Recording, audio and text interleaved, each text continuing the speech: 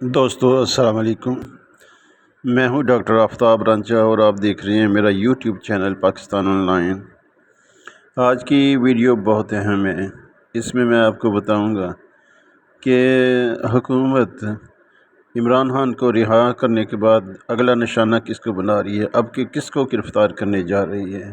موجودہ P D M کی حکومت نے اس طرح تشدد کا سلسلہ شروع کیا ہے کہ اس نے قرون وسطیٰ کی جابرانہ حکومتوں کو بھی مات دے دی ہے۔ سیاستدان، صحافی، سوشل میڈیا کے لوگ، عام سیاسی ورکرز، اس حکومت نے جبر کی ایسی لہر شروع کی ہے کہ تھمنے کا نام نہیں لے رہی ہے۔ صحافی ارشد رشید کو کینیا جیسے دور دراز ملک میں قتل کیا، سلے شاہ کو گولیاں مار کر شہید کیا گیا، عمران ریاض کو اس وقت گرفتار کیا گیا جب وہ جان بچانے کے لیے ملک کو چھوڑ کر جا رہا تھا۔ اس وقت ایک اور ہائی پروفائل گرفتاری ہونے والی ہے جس کا ذکر میں آگے کروں گا۔ اس سے پہلے 5 لوگوں پر شدید تشدد کیا گیا۔ سب سے پہلے میں شہباز گل کا ذکر کروں گا۔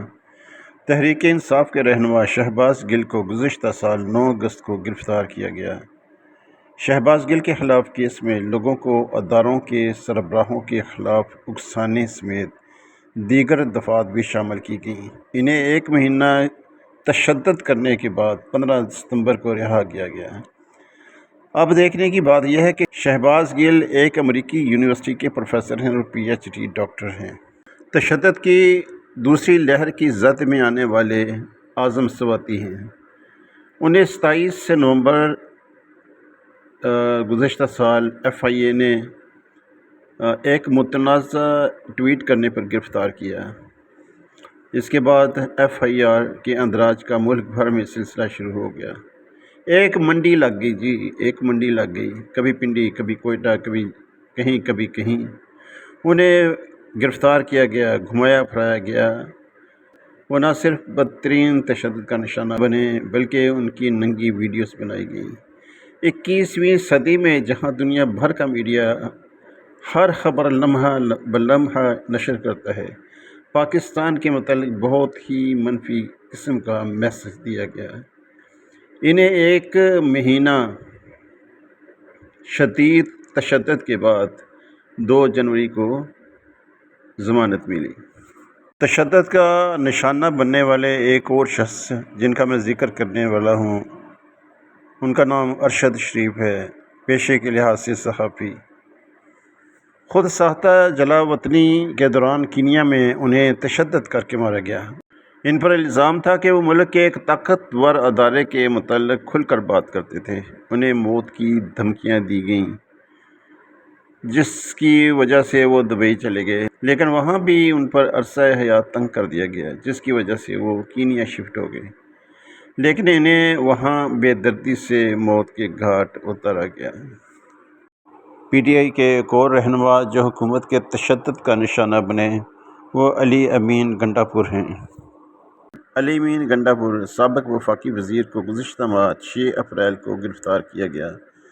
اس کے بعد حسب معمول ایف آئی آر کے اندراج کا ایک لامتناہی سلسلہ ملک کے طول و عرض میں شروع کیا گیا۔